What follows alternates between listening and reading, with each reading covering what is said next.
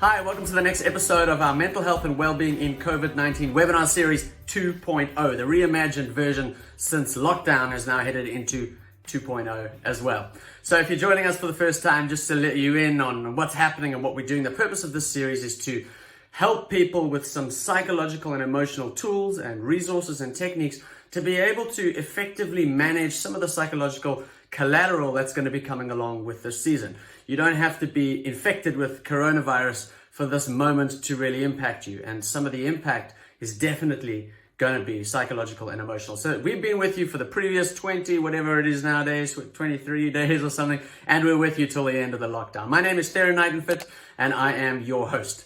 As well, if you're joining us for the first time, just to let you know that Mygrow, who is sponsoring this series, has made available a 21-day, I'm not sure if they've updated it yet, but a free trial to their resource, which is aimed at helping you develop your emotional competencies to deal with this moment, but also all of life. So today we have a guest with us who needs no introduction, so I won't introduce him right now. I'll introduce him in a little while. Okay, in the previous webinar, we chatted a little bit about what we can expect in this version 2.0. It's going to be a little bit shorter. It's going to be just me instead of me and Mark. A couple of different things. And then we spent some time speaking about the EQ skill of flexibility, how important it is to be able to know how we can adapt when situations and circumstances are different to what we expected and when they're out of our control. And then we looked at the work of Susan David, that South African professor from Harvard, who talks about emotional agility. It's her construct, it's her idea, and it's very similar to psychological flexibility. And that key idea that we took away from there was unhooking ourselves from negative narratives that aren't helpful. She gave us a couple of tips. She said we must embrace the moment, we must change our point of view, we must create and sustain habits that are healthy and helpful. And then she said we must laugh. So we didn't spend too much time on that yesterday or in the previous episode, if you're catching the reruns, because we knew we were going to be dealing with that today with our guests. So today, laughter is the best medicine. That's what we're going to be chatting about today. Now, everybody's heard that laughter is the best medicine. Everybody's heard an apple a day keeps the doctor away. But it seems that research really does show that perhaps even if the apple thing might not be true, the laughter thing is true. Laughter has a long history of being understood to have health benefits. From Plato and Aristotle back in the 600 BC to the 18th century philosopher Immanuel Kant, and then further into modern science now, specifically with the field of gelotology, which is the study of the effects of laughter. Now, there are so many beneficial health effects, physical effects of laughter. Things like increasing our respiratory activity and our oxygen exchange, super important if we want to stay alive. Things like the impact and the stimulation it has for our cardiovascular system and our sympathetic nervous system, which you may remember from a previous episode we did when we were chatting about the effects of stress and the parasympathetic and the sympathetic nervous systems. In one study, they saw that participants who were in the study, even if their blood pressure rose during a moment of laughter, post-humor or post that moment, their blood pressure dropped lower than their base level before that moment. And of course, low blood pressure is what we want. It's very well documented that laughter is helpful for the immune system.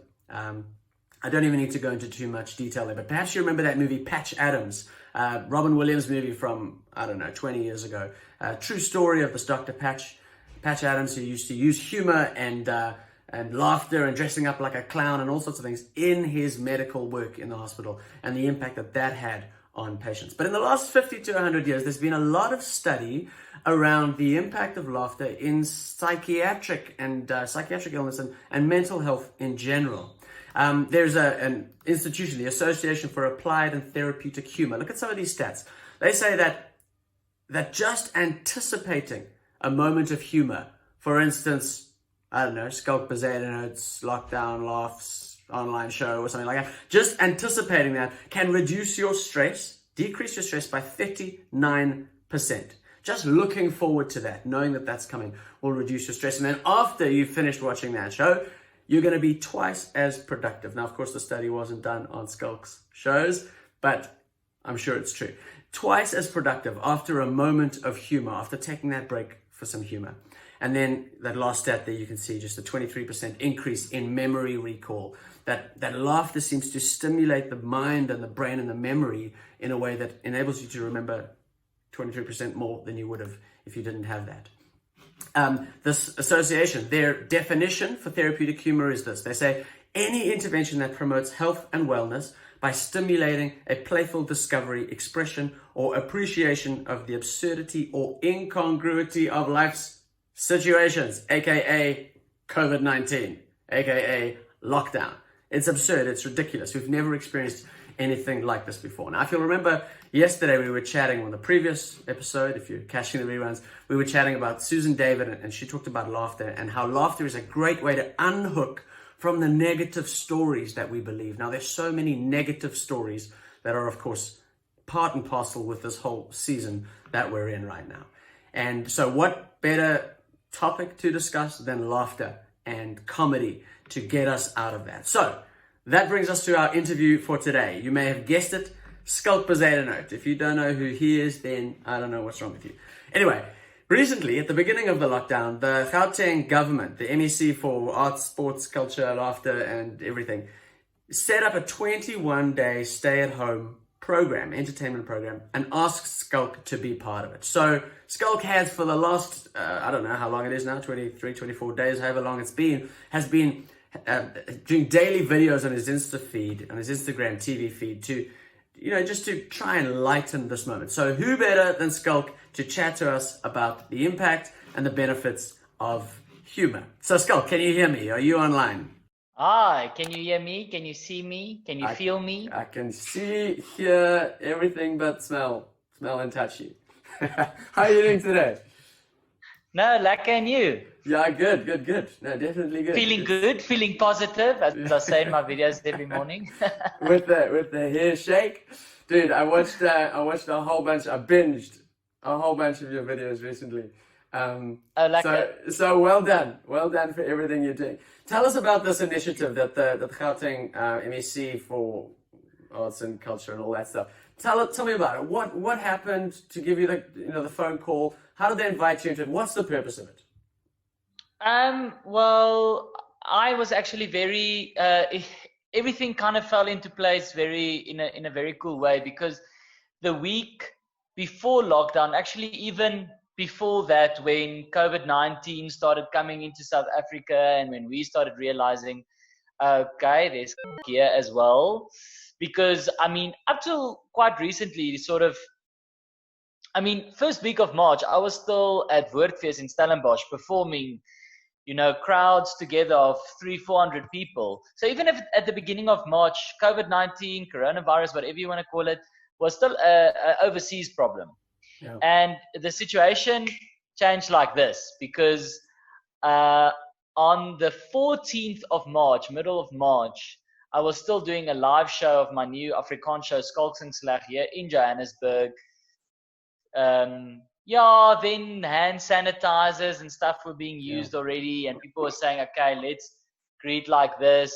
But then on the 16th of March, suddenly live shows were cancelled. So it all, within 24, 48 hours, it changed very dramatically. And I think that's why this whole thing is such a trauma, because it's like if you lose someone in a car accident, it's instant. Yeah. You know what I mean? It's not like there's no warning. It's not like let's say, if I can compare it to loss of life in a family, it's not like something that this person is in the hospital for long and you kind of can prepare yourself. It's more like a boom, the previous day the person was there and now they're not. That is kind of like COVID-19. It was almost like losing someone in a very sudden, tragic way. It's like you didn't have time to prepare for it. You know what I mean? Yeah. Anyway, so actually in that week, that building up to the last few shows, and in the week that shows got cancelled, I flew to Cape Town still with the intention of doing shows under 100 people. And then on the flight, maybe it was the altitude, I don't know, I was like, oh my word, what am I doing? If even one person gets corona from coming to my show, because I was like, well, technically, we're under 100 people, so I'm gonna do it. Woo, here we go. I would never forgive myself. Then that week, I was just basically self-isolating in Cape Town. I was like, I've got a lekker Airbnb. I'm going to just enjoy this week in Cape Town and have some alone time. Then I started posting a few videos here and there, because I was alone in a flat for a whole week and I was a little bit bored. And it started to get like good traction and stuff. And then when lockdown was announced, I decided, okay, every day of lockdown, I'm gonna upload a video. And then Gauteng phoned me, the Gauteng MEC, for it's such a long title. They should really think of shortening it. But it's sport, agriculture, recreation, ballet, stand-up comedy, tap dancing, cabaret, and other lacquer things. Yeah. And then I said, look, man, this is perfect. I'm gonna do it anyway. So if you guys have a campaign that wants to bring positivity, it was something I wanted to do anyway. The only thing I said is sometimes I won't say it here, but I said sometimes I say the F word, and I would like to really keep doing that if you don't mind. And they were cool enough to, yes. Yeah. So yeah, and they said that's fine, and I said okay, cool, then we have a deal. But so anyway, and then the videos, I started doing it every day, and then I just started seeing this like huge growth in my social media in terms of more likes, more comments, and I started realizing, wow, there's really a need for humor in this time. Yeah. I didn't quite realize it because that's what I do all the time. Humor, comedy, it's my job. So, so I'm used to people liking it in general. I mean, there's very few people in the world that don't like comedy and don't like laughing. But then suddenly it was like more than just, oh, we like comedy. It was like now suddenly we need comedy. We need comedy in this time. We need to laugh. Yeah. What did the MEC say to you in your first lockdown video, or the first one I saw? I don't know if it was the first one. You said the province of Gauteng has phoned me and they said we need a laugh right now. We need humor. What was their sort of basic motivation? Do you know? Yeah. So they explained to me that basically they just want to sort of lift people's spirits in this time. I think especially when lockdown was announced, especially people with their own businesses, people taking financial knocks. It was a big shock to the system. And as government, they just wanted to, I guess what I was impressed by is they saw the value in also humor. Because I mean, normally in the arts, comedians always are sucking on the back teeth.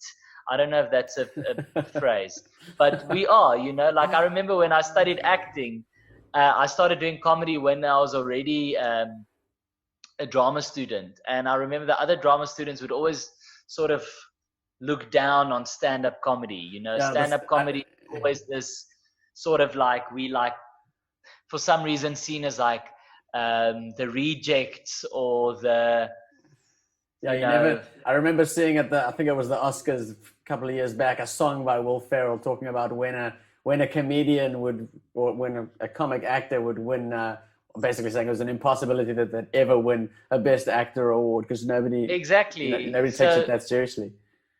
And especially stand-up comics. I mean, because we drink on stage, like stand-up comedy is one of the only things, except for like music, rock and roll, where you're on stage with your beer or your glass of wine. At comedy clubs, comedians go on stage with their drinks. It's such a taboo, to, if you're in a theater production, in a play, to, have a drink before the show for the nerves. In stand-up, it's almost weird if you don't, So yeah, I guess I was very impressed that the government saw the necessity and the value in humor as a way of dealing with this lockdown. Well, I'm just impressed, even one level before that, I'm impressed that they've taken a perspective on it that deals with the psychological and the psyche of it. Because in my early research before we started this series, I remember reading an article published by someone in the States saying that when China officially came out of their lockdown, whenever that was, I don't even know if they're properly out of lockdown, but when they eased off the first time, the divorce rate literally just spiked after however many weeks in lockdown. And they had as their recommendation that governments around the world include a mental health approach in their public health response to COVID-19. So they were saying, listen, we have felt the effects of this psychologically. you guys, when it hits you, you better have something in place. And I haven't seen that. I mean, it's not like I'm trawling the internet every day trying to find out what governments are doing, but I haven't seen any kind of state-sponsored or government-sponsored endeavor or initiative to try and address and deal with some of the psychological fallout until I heard about this thing from the Gauteng province, so I'm just like super pumped. I'm so proud of my president. I'm so proud of my country. I mean, I'm Western Cape, so it's not my MEC, but I'm just so impressed and proud that they would do that. It seems quite forward thinking. Yeah, I think also because I think a big fear also, seeing as we in a developing country, the other day on one of my videos I said a third world country, and some people commented and said, please don't say third world, Schalk. Don't say third world. That is an insult to us. It's developing. We're developing. So I'm sorry about saying third world. Not at the moment. We're contracting. Our economy is contracting. We're regressing. Yeah. So I think there was also maybe from government side a bit of a fear, just out of lack of maybe knowledge on the subject, that people weren't going to take lockdown so seriously because they just didn't maybe understand the effects. And I think the value of adding humor to the situation is that if people are feeling like they're being entertained in lockdown and feeling happier, or as happy as they can be with the situation, it also prevents you from breaking the rules. I think only once you reach a stage where you're really hot full of lockdown, and then you start going, oh, you know what? I'm going to go bribe my neighbor. It's not going to hurt anyone. We're not going to hug.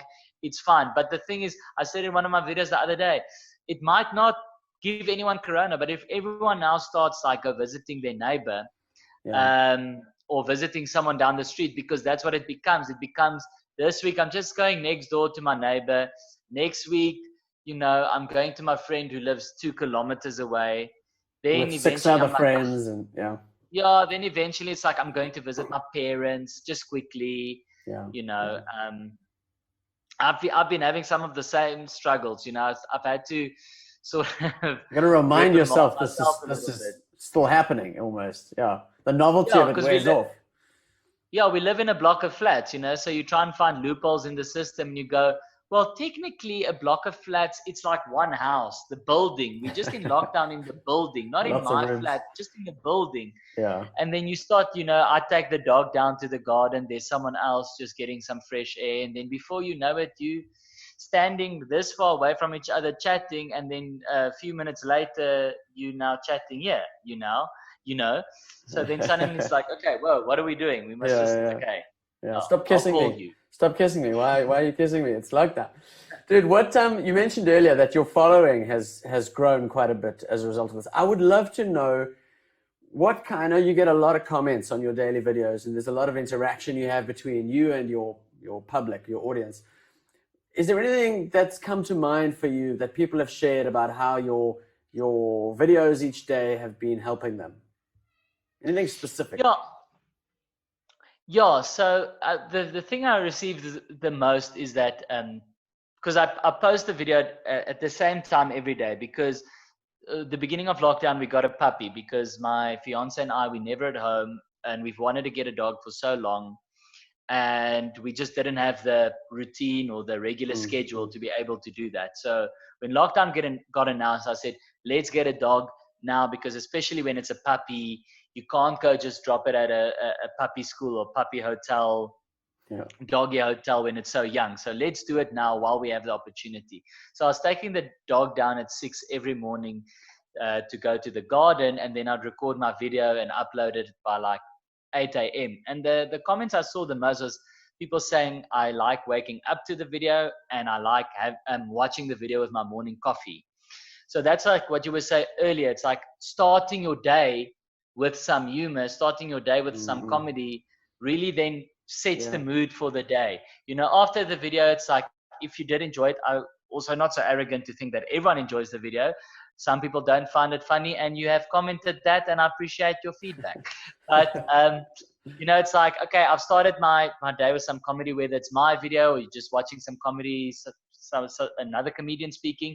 Then it's like, okay, now I feel ready to take on this day, feel ready to, and then somehow doesn't make you so mull to be in your house the whole day.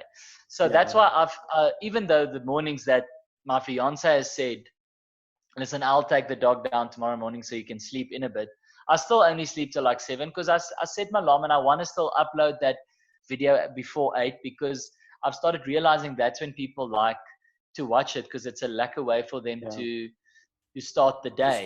Start it off on a good note. It's like what I was saying in the previous episode around habits, that in a moment like this, what happens is your old routines get thrown out the window, and there's so much that's outside of your control. And what this Susan David, what she was recommending was that we focus on what we can control, and we try to create routines and habits that are going to be able to give us structure to the day, like this, like watching your video first thing in the morning. Exactly. So as humans, we crave routine because that gives us a sense of normality. That's why people love breakfast radio, because you get used to the routine of in every morning I sit in traffic, I listen to Martin Bester's voice on Jacaranda, I hear Anele's voice on Highveld, or whoever, and that's why often when I do radio interviews and I sit there and people call in, call Martin, they go, Martin, I can't start my morning without Jacker breakfast. Thank you very much. And yes, the radio team they listen to, or in the Western Cape, it would be Wackhead, Darren. Wackhead, yeah. So yes, the breakfast team is good, but people, it eventually that becomes your daily routine. So now suddenly, if there's a morning that you're not hearing Darren's voice, then suddenly it's like, ooh, my day feels weird. It's starting. Something's off, yeah. So yeah, cool. That sense of like that routine has given people a sense of normality. And I mean, the government is only the MEC only, sort of said, okay, 21 days, and then lockdown got extended. But then I decided to carry on with the videos because, imagine now, like, you drinking your coffee. I didn't want people to have their morning coffee, watch my video, and then after 21 days, the lockdown is continuing, but then suddenly that element is gone. Also, a thing I wanted to say was, it's also given me a sense of normality. Yeah, I was just thinking. It's not like I don't see it as like some schlep or as work. I enjoy as a comedian, like comedy is my passion. So to be able to wake up every morning, I have to generate content and be able to record it and share it. Yes, the laughs is not like a live stand-up gig now where you get the laughs instantly, but once the comments start rolling in and the likes start building up, that becomes the new laughs. You know what I mean? Now it's not delivering the punchline and getting a ha ha ha. Now it's the laughs are just now comments saying, and it's like slightly delayed, but it's still pretty instant. 5 minutes after you've uploaded the video, there's likes, there's comments saying, thank you, we enjoyed it. So it's also given me a way to not go crazy. Yeah, that's awesome. How cool that part of the service you're giving to others is actually helping you a little bit with some structure. When I checked your account a couple of days back, I think you were on, like, literally 3 days ago, you were on 95,000 followers. Now you're on 98 or something, I think. Maybe I'm checking you more than you. But it seems like everything you're doing is really striking a chord. So thanks so much for that. We pretty much have gone longer than I promised you we would go, and longer than I promised my viewers will go. But is there any last comments you'd like to make around your approach or your philosophy to humor? Anything we haven't covered? No pressure if there isn't. Just want to give you one last chance. I wanted to say this the other day in one of my videos, but I thought it wasn't sort of light-hearted enough. It was going a bit more into the psychology of humor, and I think this is a much better platform to be discussing this. Because I saw a comment, that was like, actually, Schalk, it's not all a joke. It's not all a flippant joke. It's quite serious. There's people losing their jobs. There's people losing their lives. And what I want to share with people watching this is that you must remember now, making jokes in a situation or out of a situation and generating humor from that and comedy, it's not making light of a situation necessarily. It is finding a way to deal with the situation. So an example is if you think about, if we're talking about trauma, okay, so you were saying yourself that COVID-19 for everyone is a type of trauma, right? And it does have a psychological and emotional effect. So one of the biggest traumas of South Africa, if not the biggest, is apartheid, right? Now, every single South African comedian, I almost want to say every single, if not, it's like a small percentage, has material about apartheid. Are we making light of apartheid? Are we saying apartheid was not so bad? No, of course not. We are acknowledging the seriousness of it and the trauma, and it being also a time where the majority of the country didn't have basic human rights. Also, a lot of people died. But it is a way of dealing with and talking about a subject and dealing with that trauma. If you take Zapiro, a lot of times his cartoons, it's about very serious subject matter. It's about corruption, it's about murder or whatever, but it is helping us consume a trauma in a humoristic way. So, I don't want people to think that you should feel bad if you're laughing at jokes surrounding the lockdown or surrounding COVID-19. It's not making light of the situation. It's not saying, this thing is stupid. It's not making light of people who are losing their jobs, who've lost their lives. It's dealing with something and also talking about something. Humor makes discussion a lot easier because it makes people be able to like just take a breath, and makes talking about things easier. So that's my little 2 cents about humor, because I think people are so quick to think once the comedy exists about something, it's making fun, laughing at the thing, not using laughter to deal with a thing.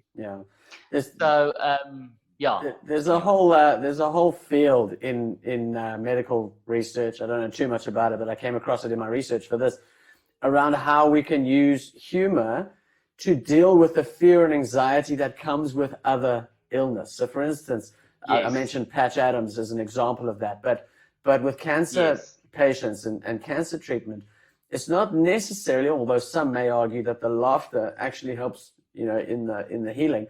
But the point being that there's a catharsis there. The laughter helps to ease all the psychological dynamics that come from cancer. So it's a well-established sort of reality in the medical sphere, and you're bringing that same thing, a perspective like that, but just in this national or social moment that we're having. So I think I agree with you wholeheartedly, and I just want to thank you again for, well, A, for this interview, but B, for everything you're doing. I think everything that you are contributing to this moment is having an impact, and we can see it from how your following is growing. So, Schalk, how can the viewers from this series, how can they get in touch with some of your work and what you're doing? How can they follow you? What are your handles, etc.? Well, today is day 26 of lockdown, so there's still, if my maths are correct, like 9 lockdown videos that I'll be uploading. If you want to see some of the previous ones, just go onto my Facebook page, Schalk Bezuidenhout, or my Instagram page at Schalky Bez, and just scroll down. You'll see it. You can't miss it. I've got a live online show tomorrow because it's my birthday, and usually I do my live online shows on a Friday night, but I wanted to spend my birthday this way. It's unfortunately sold out already. Our capacity is not huge because if we prop too many people into the webinar room, the whole thing can crash. But after this, we'll see how the lockdown develops, if it gets extended, if it doesn't get extended, what the rules are. I mean, myself and all other performers are obviously hoping to hit the live stage as soon as possible. And I'm speaking for everyone when I say that please come to the shows when we start doing live shows again. Go support your local talent wherever you are. Every single province has shows happening. Every single dorpie, every single city. A lot of us performers are really struggling at the moment because the live shows are obviously our bread and butter. So go watch a show, and just check your favorite comedian, musician, whatever, check their social media. They'll definitely be advertising their live shows again as soon as things go back to normal, which is hopefully very soon. Hopefully soon. Well, Schalk, thanks so much for being with us today. Thank you for everything you're doing. Okay. Thank you for taking the moment to share with us. I'm sure the viewers have appreciated your time and your perspective, and I'm sure that they're going to go and check out your feed. Cool, dankie. Okay, so if you are interested, please go and follow Schalk and see some of the stuff he's doing and watch his videos. I'm sure they will lighten your mood while not trying to make light of the situation as he was sharing. As I mentioned at the beginning, just a reminder that Mygrow has made available a free subscription to the online platform for the duration of this lockdown. And you can go to mygrow.me to sign up for that. A whole lot of the resources we've made available throughout this webinar series are there, as well as your daily experience of developing some of these muscles. I will see you in the next webinar. See you, bye.